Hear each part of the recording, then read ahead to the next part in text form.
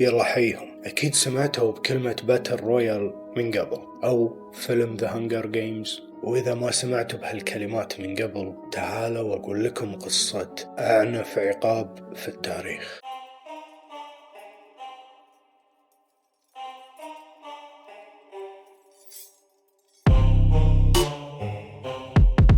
سنة 2000 نزل فيلم ياباني اسمه باتل رويال. ميزانيته ضعيفة ولكن انتشر بالعالم كله، وبسرعة بلشت الدول تحضر هذا الفيلم. قصة الفيلم باختصار إن مجموعة من طلاب المدرسة يطلعون رحلة، وهم بالباص يخدرونهم وياخذونهم جزيرة، ولازم كل واحد يذبح الثاني علشان يعيشون. فقامت كل الدول ومنعت هذا الفيلم. واللي يلعبون فيديو جيمز يعرفون عدل شنو يعني باتل رويال، أو محبين الأفلام شافوا ذا هانجر جيمز، وفي بعد وايد أفلام تتكلم عن نفس الموضوع. لكن في سؤال مهم، خيال الإنسان شنو حدوده؟ يعني إذا تبي تخترع شيء أو تألف شيء من خيالك، شنو ممكن توصل له؟ طبعا مو وايد، لأن غالبا عقلك يكون متأثر بشغلات أنت شفتها بالوعي أو باللاوعي. يعني اللي حبيت أقول لك إياه باختصار إن باتل رويال واللوتينج أو فيلم هانجر جيمز وإنك تذبح علشان تعيش، هذا كله مو خيال، هذا كله حصل بالواقع. والفكرة مأخوذة من الرفيق ستالين قائد الاتحاد السوفيتي. شنو أسوأ عقاب ممكن انك تسويه، او ابشع عقاب ممكن انك تسويه؟ لا تفكر وايد، انا اقول لك أسوأ عقاب هو انك تجرد الانسان من انسانيته، او تحط الانسان تحت ضغط لغاية ما يطلع أسوأ ما فيه. وهذا بالضبط اللي سواه الرفيق ستالين. قصة اليوم هي أبشع وأسوأ من باتل رويال ومن ذا هانجر جيمز.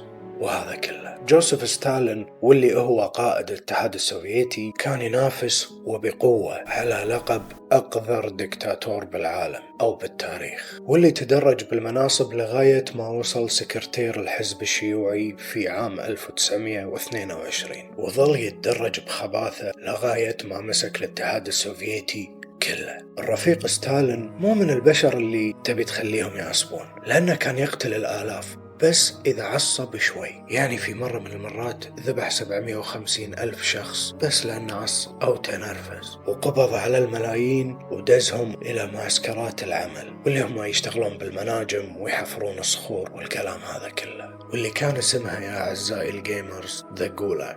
اللي يلعب كول اوف ديوتي يعرف الجولاج عادل. ولكن الرفيق ستالين كان عنده مشكلة بأنه ما يحب وايد ناس. شنو أسوي بهذا العدد الهائل اللي أنا ما أحبه؟ الاتحاد السوفيتي كان يملك 14% من الأرض في الكرة الأرضية كلها، وهني جت الفكرة حق ستالين، واللي هو مو بس الإعدام، أهجر الناس من أماكنهم وأقطهم بآخر الدنيا، طبعا الناس اللي ما يحبهم، ويخليهم هناك وينساهم، دبرون أمورهم. وفي بداية الثلاثينات وصل عدد الغير مرغوب فيهم إلى أكثر من 2,000,000 شخص. المعسكرات والسجون والجولاجز كلها انترست. شنو أسوي بالباقي؟ يعني حتى العمل في المناطق البعيدة هذه ازدهر، ناس تشتغل ليل نهار. اللي صار هذا كله ما يهمنا، احنا يهمنا شيء واحد بهالقصة، جزيرة اسمها نزينو آيلاند. في يوم 14 مارس عام 1933 5000 معتقل من اللي فايضين من السجون والمعسكرات تم شحنهم في سفن على جزيرة نزينو، وضبطوا لهم الجزيرة. ولما أقول ضبطوا لهم الجزيرة يعني قصوا الشجر كله وقعدوهم كذي بدون ولا شيء، بدون أكل، بدون ملابس، بدون بيوت، بدون ولا شيء حرفيا. وما كانوا بس رجال، لا، رجال ونساء، عوائل وأطفال، كل الأعمار. المصيبة أنهم ما كانوا مساجين، كان بس الرفيق ستالين ما يحبهم. الرحلة كانت 800 كيلو متر. الأجواء كانت سيئة للغاية لدرجة أن 27 شخص ماتوا أول ما وصلوا الجزيرة، والباقي وبعد 800 كيلو متر صحتهم ما تطمن. ولما وصلوا الجزيرة لقوا نفسهم بوسط جزيرة خالية كلها ثلج وفيها نهر جليدي. الجزيرة هذه في منطقة سيبيريا، يعني الثلج لهني، وبدون ما يكون عندهم ولا شيء، لا ملابس، لا بيوت، لا حتى خيام، ولا شيء. مجرد كانوا يوزعون على كل نفر 5 أرغفة خبز باليوم الواحد. ودبر أمورك. وبما أن الجزيرة تم إهمالها بالكامل، سالفة الخبز هذه ما استمرت. اللي بقى كان 20 طن من الطحين، وكان في حراس توهم متعينين علشان يحرسون الجزيرة ويخلون 5000 هذيل قاعدين بالجزيرة. والحراس ما كانوا خبيرين مثل ما أنتم متصورين، الحراس كانوا مجرد مجندين مراهقين، وكانوا متوهقين أصلا ما يدرون شي يسوون يعني ما كانوا لا متعلمين ولا شيء، مجرد مراهقين سحبة قطة بالجبهة. وكانت الخطة إن لما حسبوها الحراس كان إن كل واحد نصيبه 4 كيلوغرام من الطحين ويدبر نفسه وهو أجيال القادمة، فما عرفوا شلون يوزعون الطحين. وهني قامت ثورة من 5000 سجين، already صار لهم أيام ما كلوا، نصهم مرضى واللي قاعد يموت. وهذه الثورة خلت الحراس يروحون ويقفلون على الطحين، وما احنا موزعين الطحين، يلا ايش تبي تسوون؟ فباتوا أول كم يوم المساجين من بعد هالثورة بدون أكل، وهني مات منهم 300 واحد من الجوع والمرض. ثاني أسبوع ردوا الحراس يوزعون الطحين، وهالمرة حطوا خطة أرتب شوي من المرة اللي طافت. هالمرة قالوا حق الناس وزعوا نفسكم على مجموعات، كل مجموعة فيها 150 شخص. الناس وزعت نفسها 150 شخص في المجموعة الواحدة، وكل مجموعة طبعا لها قائد واحد هم يختارونه، وكانت مهمة القائد إنه ياخذ ويوزع الطحين على 150 شخص اللي هو يرأسهم. الأمور بالبداية مشت تمام والكل نظم نفسه، ولما كل قائد راح يبي يستلم الطحين عن مجموعته هني كانت المفاجأة. الموضوع كان كأنك قاعد تعطي مدمن كمية معينة وتقول له هذه حق حياتك كلها. فطبعا القادة ما سلموا الطحين حق 150 شخص اللي معاهم، لأن كانوا خايفين إن بعد ما يخلص 4 كيلوغرام إحنا شو راح نسوي؟ فباقوا كل الكميات اللي كان المفروض يسلمونها. فساد الإنسان سبحان الله. هذه أول نقطة تحول بعد ما تنحطون في ضغط معين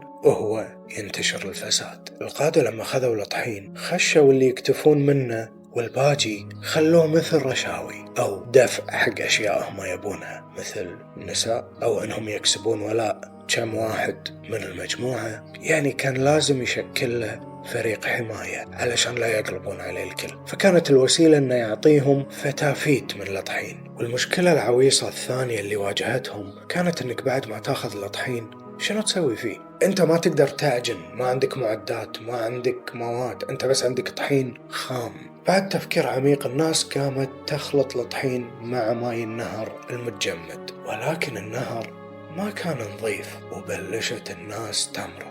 يعني كان مجرد أن يحطون شوية طحين وماء ويشربون المعجون اللي ينتج عنه. والناس اللي ما حاشها شيء من الطحين بلشت تشكل عصابات ومجموعات ضد القادة اللي باقوا طحينهم. مع زيادة الأمراض والوفيات هذه العصابات بلشت تصير أكثر عنف مع كل يوم يمر عليهم بدون طحين. البودر السحري، بلشوا الناس يتقاتلون على هذا البودر السحري. طبعا الحراس كانوا بس واقفين يطالعون، ما في أي ردة فعل، بما أنهم عندهم الأسلحة وعندهم المؤونة الكافية فليش تدخل، خلهم يذبحون بعض. كل اللي سووه الحراس إنهم استغلوا جوع الناس في إنهم يرضون ملذاتهم من النساء، وكانوا يبوقون الأسنان الذهب من الموتى، وكانوا يعاقبون السجناء بالموت على أتفه الأسباب، على تحسه كذبحك عادي، وأي أحد يصيدونه قريب من مخزن الطحين يذبحونه على طول، بغض النظر عن سيطرة الجنود الحالية، لأن مثل ما قلنا العدد هو 100 سجين ضد عسكري واحد. تتوقعون شنو صار؟ أكيد سألتوا نفسكم الجزيرة ما فيها أحد صاحي؟ ما حد انحاش وهد هذا كله؟ انبلى في ناس انحاشت أو حاولت الهرب. اللي حاولوا ينحاشون كانوا يرمونهم الحراس بالرصاص، وإذا طفت مرحلة الحراس والرصاص كان قدامك نهر جليدي وبعده بحيرة جليد، يعني لا الجو يساعدك ولا الأرض تساعدك. في ناس تجاوزت الحراس وبنت لها قوارب ودخلوا هذا النهر الجليدي، كانوا يائسين إلى هذه الدرجة. طبعا ما حد نجح في محاولة الهرب، اللي انصاد ورموا الحراس، واللي غرق في نهر الجليد، واللي مات من عوامل الجو، واللي مات من الجوع، فما حد نجح يطلع من جزيرة الجحيم هذه. ومع الأيام مثل ما توقعتوا الطحين كله خلص وصار ما في شيء ياكلونه حرفيا. بعد كم شهر وصل فريق طبي إلى الجزيرة علشان ياخذون الجثث ويدفنونها. لكن أعضاء الفريق الطبي بلشوا يلاحظون شغلات غريبة. الجثث كان ناقص منها أجزاء، يعني اللي ناقص إيده، اللي ناقص راسه، اللي ناقص قلبه. وفورا تم تفتيش الجزيرة وقبضوا على 50 شخص كان معاهم أعضاء بشرية جاهزة للأكل. وال50 شخص هذيلا كلهم اذبحوهم، مو بس لأن هذه العقوبة الوحيدة بالجزيرة، لا، لأن أنك لما تاكل لحم إنسان ثاني فعلا لازم تموت لأنك مسعور. لكن الناس ما كان عندها حل ثاني، كانوا بس يبي يعيشون. اللي حصل وفي البداية كانوا الناس الضعاف يموتون موتة طبيعية، فاللي ما زالوا عايشين ياكلون من أجزائهم. لكن مع الوقت قل عدد الناس اللي يموتون، وهني تطور الوضع وصار فعلا صيد. في ناس انذبحت لضعفها أو لقلة عددها وانأكلت، وفي ناس انأكلوا وهم عايشين، كانوا يربطونهم بالشجر ويقطعون منهم أجزاء ويأكلون ويردون يقطعون. وهذا كان الحال. يعني أكيد ذكرنا الجحيم على الأرض وايد، لكن حرفيا أنك تضطر أنك تروح وتصيد إنسان وتاكله، أو إذا كنت شريف راح تقعد طول وقتك خايف من أحد يصيدك وياكلك. فشنو تسوي؟ اكتبولي بالكومنت، تذبح وتاكل أو تظل شريف وتنخش من الصيادين؟ أي فريق راح تكون؟ وبعد 13 أسبوع من العذاب، من اللي خايف ينصاد ومن اللي يدور له على فريسة، وحتى الحراس أي أحد تصيده حبيبي اكله من الآخر. انتشر الخبر، وأخيرا بعد 13 أسبوع الحكومة دزت سفن فيها عساكر عشان يسيطرون على الوضع. عدد اللي كانوا في الجزيرة من حراس ومساجين 6700 شخص. 2000 منهم ماتوا من الجوع والمرض، و2000 انفقدوا تماما حتى ما لقوا جثثهم، أعتقد انهضموا. واللي نجوا من 6700 شخص كانوا 2856 شخص بس، هذيل اللي نجوا. وبعد ما فحصوهم اكتشفوا بس 200 شخص لائق صحيا أو بصحة جيدة، الباقي كلهم فيهم أمراض وقدامهم أيام معدودة بس ويموتون. الناجين تم توزيعهم على معسكرات ثانية ونفس الموضوع، ظلوا باقي حياتهم مساجين. وهذه القصة تم إخفائها لمدة 50 سنة، وبعد 50 سنة اكتشفوها جماعة من حقوق الإنسان، ولو ما اكتشفوها كان ما حد درى شنو صار بهالجزيرة. في سلالات كاملة انمسحت. وهني أقول لكم بس والله، واللي وصلوا لهني شكرا على وقتكم الثمين، شكرا على الكومنتات واللايكات بعد والاشتراك بالقناة. إذا عجبتكم الحلقة لا تنسون اللايك والسبسكرايب. أنا أخوكم بومساعد، في أمان الله.